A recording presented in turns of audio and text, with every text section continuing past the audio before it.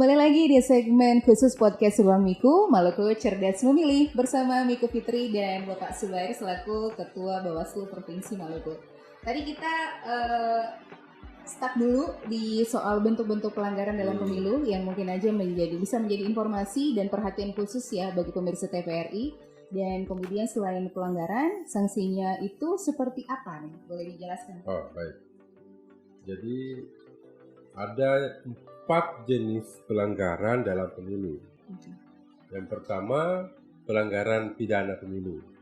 Pelanggaran yang ancaman hukumannya atau jenis pelanggarannya dan ancaman hukumannya sudah ditentukan dalam undang-undang. Ya. Pelanggaran pidana ini ditangani oleh Bawaslu, Kepolisian dan Kejaksaan dalam sebuah lembaga yang disebut dengan Sentra Penegakan Hukum Terpadu atau Gakumdu. Ya. Kemudian yang kedua, pelanggaran administrasi pemilu. Ini pelanggaran yang dilakukan oleh penyelenggara pemilu, terutama oleh KPU dalam hal prosedur dan tata cara pelaksanaan proses pemilu.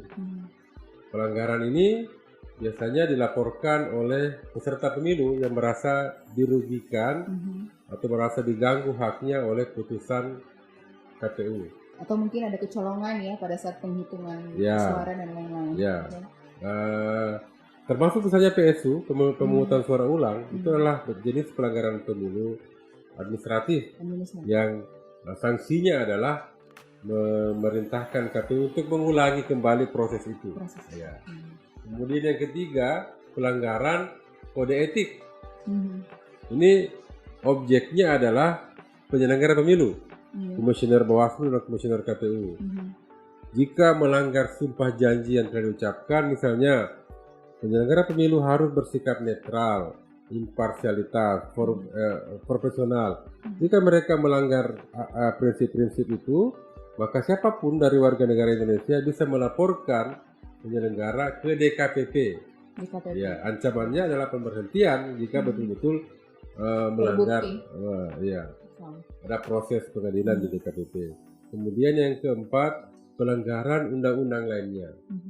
Jadi ada pelanggaran-pelanggaran yang tidak termasuk dalam 3 kategori pelanggaran itu, tetapi mengganggu tahapan pemilu. Misalnya pelanggaran netralitas ASN. Ya. Jika ada ASN yang melakukan melanggar netralitasnya, maka Bawaslu akan melakukan tindak lanjut berupa klarifikasi sampai pada kesimpulan bahwa yang bersangkutan betul-betul melanggar netralitas ASN-nya, dan kita laporkan kepada Komisi ASN. Nanti Komisi ASN dan PPK-nya yang berhak memberi sanksi atas ASN bersangkutan. Kira-kira bocorannya seperti apa nih sanksinya kalau dalam pelanggaran pemilu untuk ASN? Itu diatur dalam aturan lain tentang PNS ya, atau ASN ya, dan bisa sampai pada pemberhentian. Kita misalnya pada tahun 2019 menemukan ada ASN yang tidak netral dalam pilkada di Buru Selatan, dan sanksinya adalah pemberhentian dari jabatannya. Ya, ada juga misalnya diturunkan pangkat 1 tahun dan sebagainya. Itu mekanismenya ada di Undang-Undang ASN menurut saya.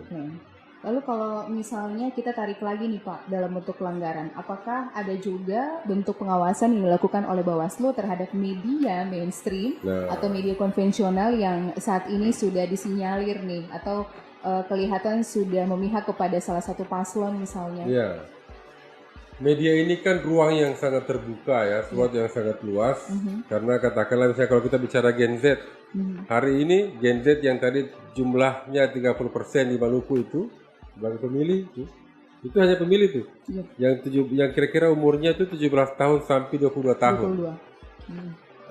Itu menurut studi yang saya baca menghabiskan waktunya kurang lebih 8 jam dengan gadget di internet, di media sosial. Dan kita tahu media sosial tidak punya saringan terhadap berita hoax, terhadap kampanye hitam dan sebagainya. Nah, untuk ini kami telah membentuk Pokja khusus yang nanti bekerjasama dengan Mafindo, Masyarakat Anti Fitnah Indonesia itu, dan juga dari kepolisian dan cybercrime untuk melakukan patroli cyber. Cyber. Ya. Jadi setiap postingan di media sosial yang kira-kira bisa mengganggu tahapan pemilu dan bahkan mungkin lebih parah bisa memicu konflik-konflik horizontal dalam dunia nyata, itu kami awasi, dan jika kemudian kami temukan ada potensi ke sana maka akan ditindaklanjuti sesuai dengan aturan yang ada. Itu termasuk pelanggaran di luar dari 3 kategori tadi itu. Jadi bukan pelanggaran pidana, ya itu mungkin pidana tapi bukan pidana pemilu, ya. Sehingga penyelesaiannya diselesaikan oleh pihak yang lain. Kami juga bekerjasama dengan Kominfo, di WRI sudah ada MOU dengan Kominfo bahwa nanti jika ada akun media sosial yang dicurigai melanggar aturan-aturan yang ada, maka akan di take down oleh Kominfo. Sedangkan untuk dari pihak Bawaslu sendiri, apakah ada upaya untuk mungkin aja melakukan pertemuan dengan pimpinan redaksi masing-masing media, entah itu cetak maupun juga online? Karena saat ini kan yang paling boleh dibilang potensial ya untuk bisa menyebarkan hoax itu kan media online nih Pak. Gimana dari Bawaslu-nya? Ya, kalau bertemu, kami sudah beberapa kali bertemu. Tadi saya sudah sampaikan, beberapa hari yang lalu kami menandatangani MOU bersama dengan induk dari media ya, dan nanti akan ditindaklanjuti dengan perjanjian kerjasama bersama media-media online. Selain itu, di setiap kegiatan kami selalu mengundang wartawan dari media online untuk bersama-sama Bawaslu melakukan upaya pendidikan politik kepada masyarakat agar masyarakat yang menjadi pemilih kita pada pemilu tahun 2024 ini menjadi pemilih yang cerdas. Termasuk saya pikir TVRI dengan jargon Maluku cerdas pemilih itu ini cukup berkontribusi terhadap pendidikan politik masyarakat kita di Maluku agar mereka melek teknologi. Jika tidak bisa memproduksi konten-konten yang positif, setidaknya tidak men-share konten-konten hoax atau konten negatif di media sosialnya. Tapi masalah kita sebenarnya bukan di media online, masalah kita ini di media sosial.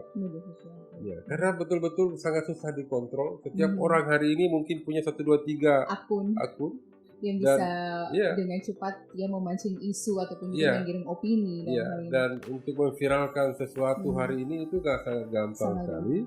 Dan itu sesuatu yang memang mungkin butuh kontribusi semua pihak, butuh kolaborasi semua pihak agar jangan sampai konten-konten yang begitu bebas di media sosial ini berdampak negatif terhadap kehidupan kita sehari-hari. Apalagi kita tahu hari ini kita tidak bisa lagi memisahkan antara kehidupan nyata dengan kehidupan media sosial. Itu sudah dua hal yang disatukan. Bukan lagi alam yang berbeda, tapi itulah alam kenyataan yang bertambah, kata orang gitu ya. Sehingga kita selain sebagai warga negara, kita juga adalah warga media sosial yang disebut dengan netizen. Jadi selain citizen, kita juga sudah menjadi bagian dari netizen. Oke Pak, kalau misalnya nih saya sebagai masyarakat awam ya menemukan ada bentuk pelanggaran yang dilakukan oleh peserta maupun juga penyelenggara pemilu, lantas kira-kira apakah hal itu bisa saya laporkan kepada pihak Bawaslu dan bentuk backup maupun juga advokasi dari pihak Bawaslu itu seperti apa? Pertama, saya menjamin bahwa setiap informasi dugaan pelanggaran yang disampaikan ke Bawaslu akan ditindaklanjuti oleh Bawaslu. Akan ditindaklanjuti. Apapun bentuknya, mau lengkap tidak lengkap pasti akan ditindaklanjuti. Karena Bawaslu wajib menindaklanjuti setiap dugaan pelanggaran disampaikan. Memang ada syarat-syarat untuk menjadi pelapor dan ada syarat-syarat laporannya. Tapi jangan khawatir. Mungkin yang paling gampang ini. Hampir semua orang hari ini punya HP. Jika menemukan dugaan pelanggaran, tinggal rekam saja dugaan pelanggaran itu. Di screenshot mungkin ya.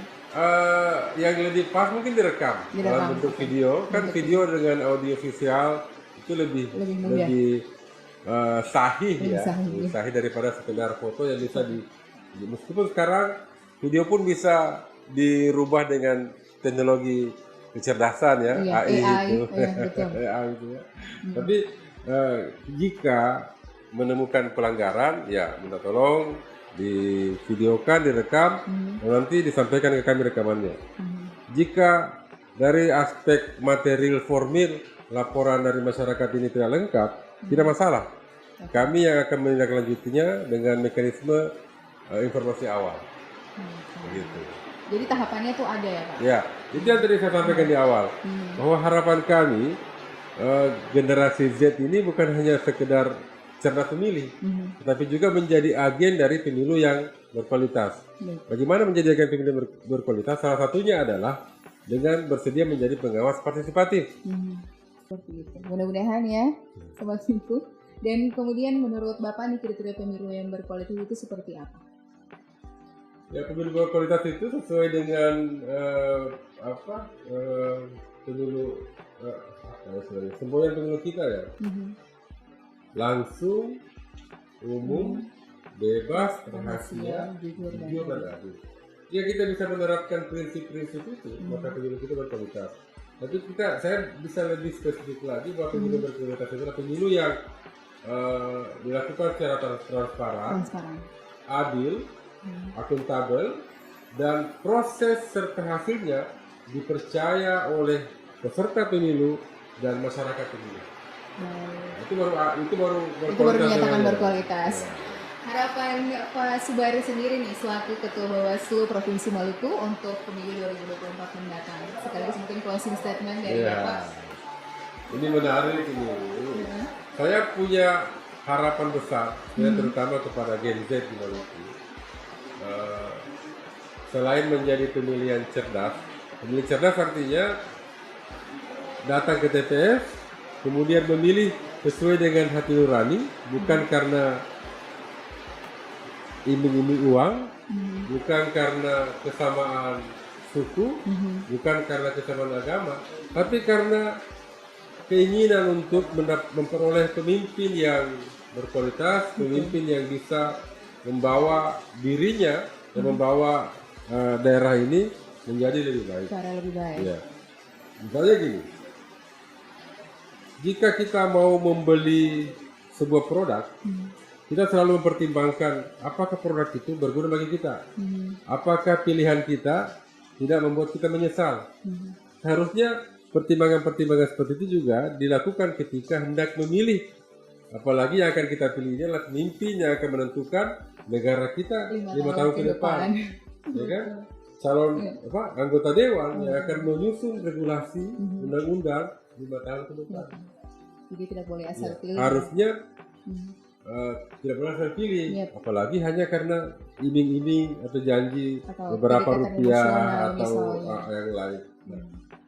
Saya harap Gen Z menjadi pionir dalam hal ini. Betul. Ya.